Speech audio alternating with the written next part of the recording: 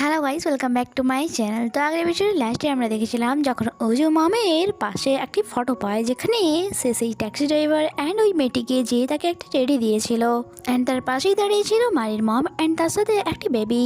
আর যা দেখে সে বুঝতে পেরে যায় যে মারি সেই মেয়ে, অ্যান্ড আমরা জানতে পারি এটা সে এখন নয়, বরং ওই দিন জানতে পেরেছিল যখন সে হোটেল রুমে গিয়েছিল। সেই জন্যই তো সে মারির সমস্ত কথা মেনে নিচ্ছিল, যেমন ওয়েডিং ফটো শ্যুট করানো অ্যান্ড তার বাসায় এসে তার হেল্প করা, তার সাথ দেওয়া আর প্রবলেমে তার হেল্প করা। কারণ অজুর জন্য এটা সামান্য একটি টয় বা মেয়ের ব্যাপার ছিল না, কারণ তার ছোটবেলাটাই পুরোটা কেটে গিয়েছিল এই টয়ের সাথে। ছোটবেলায় যখন তার ভয় লাগতো অ্যান্ড তার মম ড্যাডির কথা মনে পড়তো, তখন সে ওই টেডিটি গিয়ে দেখতো। ওই টেডিটিতে একটি বাটন ছিল, যখন তা প্রেস করা হতো তা থেকে গান বাজতো। আর প্রেজেন্ট টাইমে জানার পর যে সেই মেয়ে আর কেউ নয়, ম্যারি, সে তাকে ভালোবেসে ফেলেছিল, বাট এই ব্যাপারে তাকে কিছুই বলেনি।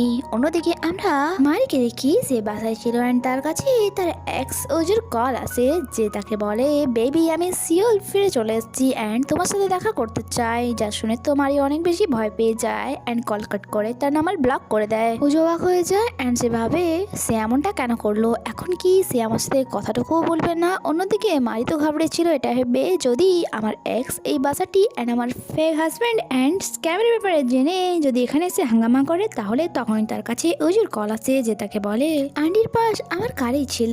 মারি বলে ঠিক আছে, তুমি তোমার কাছে ওটা রেখে দাও, আমি কাল অফিসে ওটা নিয়ে নেব। অজু এর পর বাসায় চলে আসে, যেখানে নানির সাথে তার দেখা হয়। নানি বলে এত রাতে কোথা থেকে আসছো, কাজ কেমন চলছে তোমার? অজু বলে আপনি রেস্ট নিন, আমি আর আঙ্কেল সমস্ত কাজ সামলে নেব।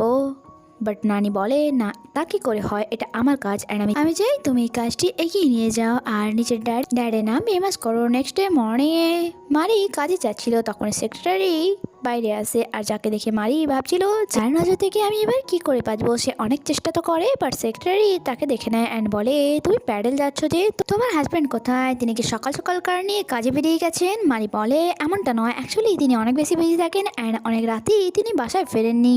সেক্রেটারি বলে ওকে চলো আমি তোমাকে বাস স্ট্যান্ড পর্যন্ত ছেড়ে দিচ্ছি, বাট মারি মানা করে দেয়। এরপর সেক্রেটারি যায় নানির সাথে দেখা করতে কোনো বিজনেসের ব্যাপারে কথা শেষ করে সে সেখান থেকে চলেই যাচ্ছিল। তখনই আঙ্কেল অজুকে দেখতে পেয়ে তাকে চেঁচিয়ে ডাকে অ্যান্ড এখানে সেক্রেটারি অ্যান্ড অজু একে অপরের সামনে ছিল, বাট এমন বিহেভ করে যেমন কি এটা তাদের ফার্স্ট টাইম দেখা। এরপর আঙ্কেল বলে অজু ওনাকে নিচ পর্যন্ত ছেড়ে দিয়ে আসো। এরপর তারা লিফটে একসাথে ছিল, যেখানে অজুর তো ভয়ে ঘাম ছুটে যাচ্ছিল, ভয়ের মারে সে কিছু বলতেও পারছিল না। বাট সেক্রেটারি বলে আচ্ছা তার মানে তুমি এখানে কাজ করো। অজু বলে হ্যাঁ, বাট আমার রিকোয়েস্ট প্লিজ আপনি আমার বিয়ের ব্যাপারে তাদেরকে কিছুই বলবেন না, অ্যাকচুয়ালি আমি অনেক লোনে ডুবে আছি, আমি অনেক বেশি গরিব। যখন কি সেক্রেটারি তো তাকে পা থেকে মাথা পর্যন্ত দেখেই যাচ্ছিল অ্যান্ড বলে তুমি গরিব, বাট তুমি তো বলেছিলে তুমি ফ্যাক্টরিতে জব করো, তাহলে তো এক্সপেন্সিভ ড্রেস কিভাবে পরে আছো? গরিব তো তোমাকে দেখে একদমই মনে হয় না, আমার মনে হচ্ছে তুমি মিথ্যে বলছো। তখনই লিফটের গেট খোলে অ্যান্ড সামনে দাঁড়িয়েছিল মারি। আর মারি সেক্রেটারিকে দেখা মাত্রই সে তার অ্যাক্টিং শুরু করে দেয় আর বলে অ্যাকচুয়ালি সে বলে আমার ফার্স্ট নিয়ে চলে এসেছিল, সেটাই নিতে এসেছি। এরপর তারা দুজনে সেখান থেকে পালিয়ে আসে। মারি বলে আর কতদিন আমরা এভাবে লুকিয়ে পালাবো, আমাদেরকে কিছু তো একটা করতে হবে। অজু বলে আমার কাছে একটা প্ল্যান আছে, এখন দেখি আমরা তার সাথে কি কথা বলবো, সেই ব্যাপারে একে অপরকে আপডেট দেবো, কারণ আমরা নিউ কাপল। যা শুনে মারি বলে নিউ কাপল, সেটা আবার কখন হলাম? আরে বোকা, আমি তো তোমায় হেল্প করতে চাইছিলাম, আমাদের জাস্ট নাটক করতে হবে। অন্যদিকে আমরা এক্স অজুকে দেখি সে বাসায় ফিরে এসেছিল, মম অনেক বেশি হ্যাপি ছিল অ্যান্ড তাকে ঠুসে ঠুসে খাওয়াচ্ছিল। এটাই এই যে হয়তো তার ছেলে তার রিচ গার্লফ্রেন্ডের কাছ থেকে টাকা নিয়ে এসেছে অ্যান্ড তাকে জিজ্ঞাসা করে জেনি কোথায়, অ্যান্ড আমরা ফ্ল্যাশব্যাকের সিন দ্বারা জানতে পারি যেখানে জেনি তাকে জানায় যে সে অলরেডি এঙ্গেজড আর তার ফিয়ন্সে সেই ছেলে যার সাথে সে হোটেলে দেখা করেছিল, আর সে অজুর সাথে শুধুমাত্র ছিল টাইম পাস আর তার ফিজিক্যালি চাহিদা মেটানোর জন্য। বেচারা অজু খুব বাজেভাবে জেনি তাকে ইউজ করেছিল অ্যান্ড সে ভালোভাবে বুঝতে পেরে গিয়েছিল যে তার জন্য মারি বেস্ট ছিল, তাই সে এখন তাকে ফিরে পেতে চায়, যেমনটা রিয়েল লাইফে প্রত্যেক এক্সই করে। বাই দ্য ওয়ে গাইজ, আপনাদের সাথে এমনটা হয়েছে কিনা তা কমেন্টে অবশ্যই জানাবে। ওয়েল নেক্সট সিনে আমরা মারিকে দেখি যে তার আর্মি ফ্রেন্ডের সাথে লাঞ্চের জন্য এসেছিল অ্যান্ড এই রেস্টুরেন্টের সমস্ত সিট বুক হয়ে যাওয়ার কারণে তাদেরকে শেষ সিটে বসতে হয়, বাট তাও অনেক ছোট অ্যান্ড দুর্ভাগ্যবশত এই সিটটিও তাদেরকে আরেক কাস্টমারের সাথে শেয়ার করতে হবে অ্যান্ড এই কাস্টমার আর কেউ নয়, উজু ছিল।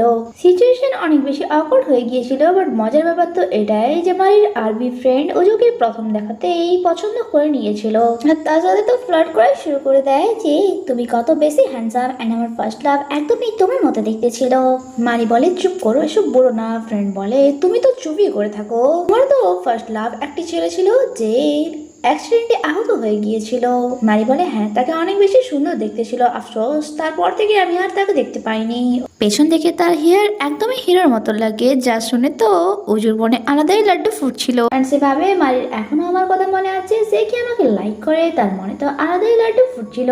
অন্যদিকে সাংইউন, সে তো হসপিটাল থেকে যেন যাওয়ার নামই নিচ্ছিল না। এদিকে জিন তাকে বলে দেখুন আপনি একদমই সুস্থ, তাই প্লিজ এখন বাড়ি যান, কারণ হসপিটালের বেডও অনেক কম, তাই আপনার জন্য আমরা অন্য পেশেন্টকে জায়গা দিতে পারছি না। আর নিজের সেক্রেটারিকে একটু কম বিরক্ত করবে, যা শুনে তো সাংইউনের মাথায় খারাপ হয়ে যায়। অন্যদিকে আমরা ডক্টর জিনকে দেখি, অ্যাকচুয়ালি সে এখানে ব্লাইন্ড ডেট এসেছিল, যা গ্র্যান্ডমা ঠিক করেছিল অজুর সাথে। অ্যান্ড এখানে তারা কথা বলে, পাস্টের ব্যাপারে কথা বলে, ইভেন তো একে অপরের ক্রাশের ব্যাপারেও। অ্যান্ড জিন সুযোগ বুঝে তাকে প্রপোজ করতেই যাচ্ছিল। অজু বলে আচ্ছা জিন, তোমার কি আমার পেছন থেকে আমার হেয়ার দেখে কোনো হিরোর মতো লাগে আমায়? জিন বলে কেন, কেউ কি তোমার প্রশংসা করেছে? কে তোমার ফার্স্ট লাভ? উজু লজ্জা পেয়ে যায় অ্যান্ড জিন বুঝে যায় যে ওই মেয়েটিকে খুঁজে পেয়ে গেছে অ্যান্ড তাকে বলে কে ওই মেয়ে? সে বলে ক্যাক্টাস গার্ল, যাকে আমি ওই দিন নাইটে হসপিটালে নিয়ে গিয়েছিলাম। অ্যান্ড এখানে আমাদেরকে একটি পাস্টের সিন দেখানো হয়, যখন উজু বড় হয়ে গিয়েছিল সে আলাদা আলাদা সিটিতে মারির খোঁজ করে অ্যান্ড অনেক খোঁজার পর সে মারিকে খুঁজেও পেয়ে গিয়েছিল। বাট এখানে ভেতরে যাওয়ার আগেই সে মমের কথা শুনতে পায়, যে বলছিল ভেতরে যাওয়ার আগেই সে জানতে পারে যে মারির ড্যাড আর বেঁচে নেই। আমার হাজবেন্ডের মৃত্যুর কারণ উজু অ্যান্ড তার ফ্যামিলি, যদি উনি ওই দিন উজুকে না বাঁচাতো অ্যান্ড স্টেটমেন্ট না দিত হয়তো আজ বেঁচে থাকতো। যা শুনে উজু অবাক হয় অ্যান্ড সেখান থেকে চলে যায় প্রেজেন্ট টাইমে। সে মারিকে বলে না, কারণ যদি মারি তাকে তার ড্যাডের কিলার হবে, তাহলে সেই জন্য ওই উজু এখনো তার পরিচয় দেয়নি যে সেই জন্য উজু এখনো মারির সামনে নিজের পরিচয় দেয়নি, কারণ যদি মারি তাকে তার ড্যাডের কিলার ভাবে তাহলে কি মারি কখনোই জানতে পারবে না তার সেই হিরো আর কেউ নয় উজু। ওয়েল, এখানে এই এপিসোডই শেষ হয়, আগে কি হয় তা জানতে স্টে কানেক্টেড। Bye bye.